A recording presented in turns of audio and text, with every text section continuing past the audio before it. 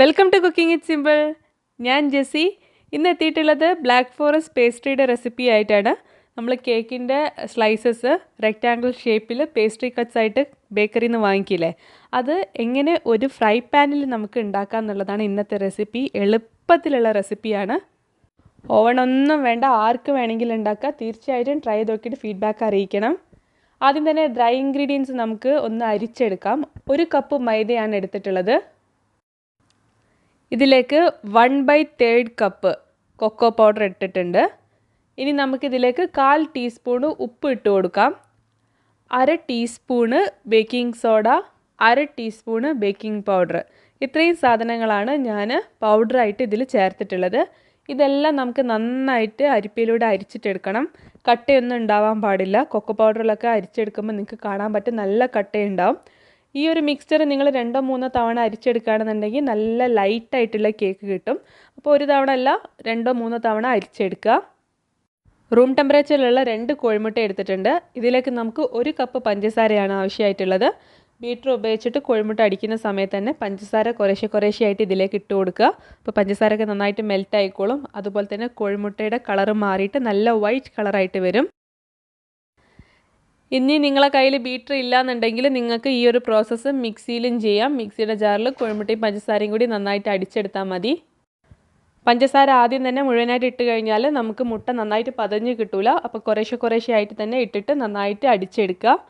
ഇനി ഇതിലേക്ക് നമുക്ക് 1/2 കപ്പ് ഓയിൽ ഒഴിച്ചു കൊടുക്കാം. സൺഫ്ലവർ ഓയിലാണ് ഞാൻ എടുത്തിട്ടുള്ളത്. അതേപോലെ തന്നെ 1/2 കപ്പ് പാൽ ഒഴിച്ചു കൊടുക്കുന്നുണ്ട്.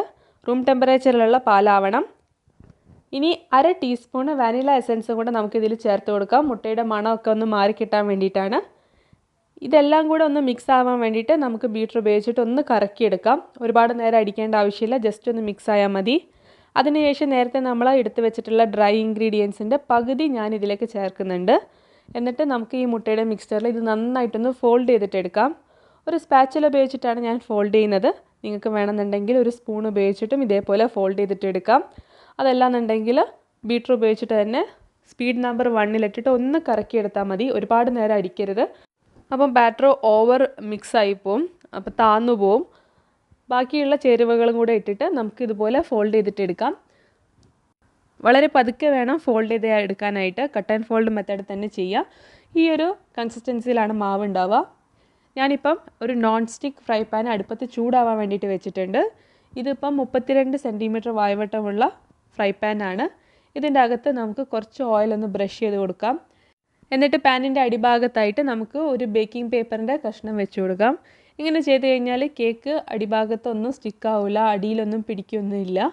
അപ്പോൾ അതിൻ്റെ മേലെയും നമുക്ക് ബ്രഷ് ഉപയോഗിച്ചിട്ട് ഒന്ന് ഇതുപോലെ പ്രസ് ചെയ്ത് കൊടുക്കുക. അപ്പം ബേക്കിംഗ് പേപ്പർ നന്നായിട്ട് ആ പാനിൽ ഒട്ടി നിന്നോളും. എന്നിട്ട് നമ്മൾ റെഡിയാക്കി വെച്ചിട്ടുള്ള കൂട്ട് നമുക്കിതിലേക്ക് ഒഴിച്ചു കൊടുക്കാം. ഈ സമയത്ത് ഫ്ലെയിം ലോ ആയിട്ടാണ് ഉള്ളത്. പാനൊക്കെ നന്നായിട്ട് ചൂടായിട്ടുണ്ട്. ഇനി നമുക്ക് ഇത് അടച്ച് വെക്കണം. അടച്ച് വെച്ചിട്ട് ഇതിൻ്റെ മുകളിൽ എന്തെങ്കിലും ഒരു വെയിറ്റ് വെച്ച് കൊടുക്കുക. അപ്പം ചൂടൊക്കെ ഇതിൻ്റെ അകത്ത് തന്നെ ഇരിക്കും. അതിന് മുന്നേ ആയിട്ട് പാൻ ഒന്ന് ചെറുതായിട്ട് ടാപ്പ് ചെയ്ത് കൊടുക്കുക. എന്തെങ്കിലും എയർ ബബിൾസ് ഒക്കെ ഉണ്ടെങ്കിൽ പോകാനായിട്ടാണ്. ചെറുതായിട്ടൊന്ന് ടാപ്പ് ചെയ്താൽ മാത്രം മതി. ഇത് ചെറിയ ഫ്ലെയിമിൽ വെച്ചിട്ടാണ് കുക്ക് ചെയ്യേണ്ടത്. ചെറിയ ഫ്ലെയിമിൽ 20 മുതൽ 25 മിനിറ്റ് വരെയാണ് ഇത് കുക്കാവാൻ എടുക്കുന്ന സമയം. ഓരോരുത്തരുടെയും അടുപ്പിൻ്റെ ചൂടിനനുസരിച്ചിട്ട് ഈ ഒരു സമയത്തിൽ ചേഞ്ചസ് ഉണ്ടാവും. അപ്പോൾ ഇതിൻ്റെ മുകളിൽ ഒരു വെയിറ്റ് എടുത്ത് വെക്കാൻ എന്തായാലും ശ്രദ്ധിക്കുക. അപ്പോൾ ചൂടൊന്നും പുറത്തു പോവില്ല. ഏകദേശം 25 മിനിറ്റ് ആയ സമയത്ത് ഞാനൊന്ന് തുറന്ന് നോക്കിയിട്ടുണ്ട്. അപ്പോൾ എനിക്ക് നല്ല കറക്റ്റായിട്ട് ബേക്കായിട്ട് തന്നെ വന്നിട്ടുണ്ട്. അടിയിലൊന്നും പിടിക്കുകയൊന്നും ആയിട്ടൊന്നുമില്ല. ഇനി നിങ്ങൾക്ക് നിങ്ങളുടെ അടുപ്പിൻ്റെ ഫ്ലെയിം കൂടുതലായിട്ട് തോന്നുകയാണെന്നുണ്ടെങ്കിൽ നിങ്ങൾക്ക് ഈ ഒരു പാനിൻ്റെ അടിയിലായിട്ട് ഏതെങ്കിലും ഒരു പഴയ പാനോ മൂടിയോ വെച്ച് കൊടുക്കാം. അപ്പോൾ നല്ല ഈവണായിട്ടുള്ള ചൂട് പാനിൽ കിട്ടുകയും ചെയ്യും. ഒരു ടൂത്ത് പിക്ക് കുത്തി നോക്കിയ സമയത്ത് നല്ല ക്ലീൻ ആയിട്ട് തന്നെ വന്നിട്ടുണ്ട്. ഇനി നമുക്ക് ഈ കേക്ക് ചൂട് തടയാനായിട്ട് മാറ്റി വയ്ക്കാം. 1.5 കപ്പ് വിപ്പിംഗ് ക്രീമാണ് ഞാൻ ഈ കേക്കിനായിട്ട് എടുത്തിട്ടുള്ളത്. ഇതിപ്പോൾ മധുരമുള്ള വിപ്പിംഗ് ക്രീമാണ്.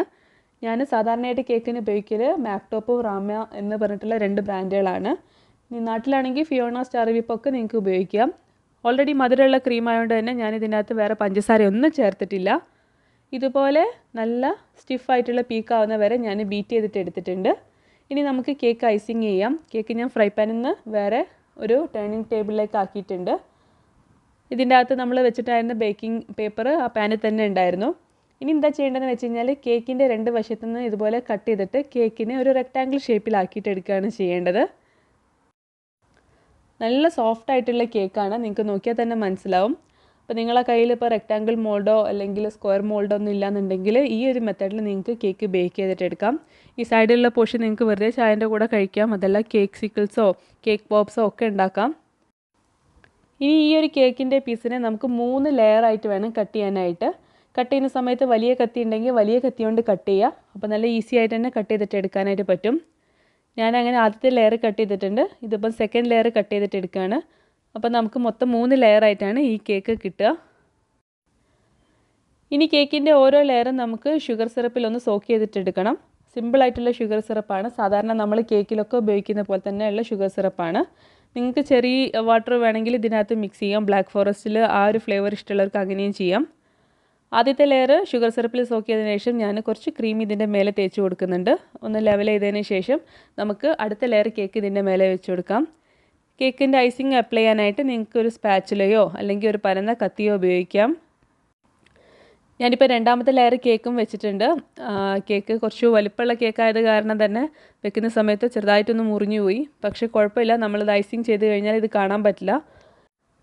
രണ്ടാമത്തെ ലെയറും ഞാൻ ഷുഗർ സിറപ്പിൽ സോക്ക് ചെയ്തിട്ടുണ്ട്. ഇനി നമുക്ക് ഇതിൻ്റെ മുകളിലായിട്ടും നേരത്തെ നമ്മൾ ചെയ്ത പോലെ തന്നെ ക്രീം തേച്ച് കൊടുക്കുക. നിങ്ങൾക്ക് ഇടയിൽ ചെറിയ പീസസ് ഇട്ട് കൊടുക്കണമെന്നുണ്ടെങ്കിൽ അങ്ങനെ ചെറിയ പീസസ് ഇട്ട് കൊടുക്കാം.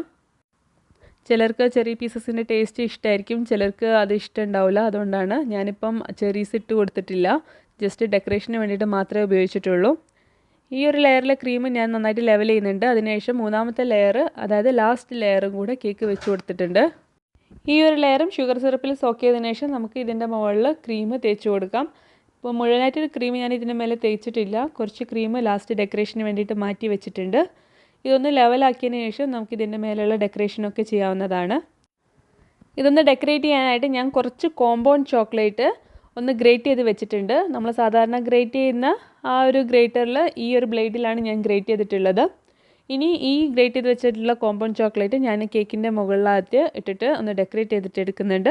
നിങ്ങൾക്ക് വേണമെന്നുണ്ടെങ്കിൽ കേക്കിൻ്റെ സൈഡിലും ഈ ഒരു കോമ്പൗണ്ട് ചോക്ലേറ്റ് ഡെക്കറേറ്റ് ചെയ്യാനായിട്ട് ഉപയോഗിക്കാം. അതിനുശേഷം നമുക്കിത് പേസ്ട്രി കട്ട്സ് പോലെ തന്നെ മുറിച്ചെടുക്കാം. എന്നിട്ടാണ് നമ്മൾ ബാക്കിയുള്ള ഡെക്കറേഷൻ ചെയ്യുന്നത്. അങ്ങനെ ചെയ്യുന്ന സമയത്ത് നമുക്ക് നല്ല ഈവൺ ആയിട്ട് തന്നെ ഡെക്കറേറ്റ് ചെയ്യാൻ പറ്റും. ഓരോ തവണ കട്ട് ചെയ്യുന്ന സമയത്തും കത്തി ഒന്ന് നന്നായിട്ട് തുടച്ചിട്ടെടുക്കുക, അപ്പോഴേ നല്ല വൃത്തിയായിട്ട് കട്ട് ചെയ്തിട്ട് എടുക്കാനായിട്ട് പറ്റുള്ളൂ.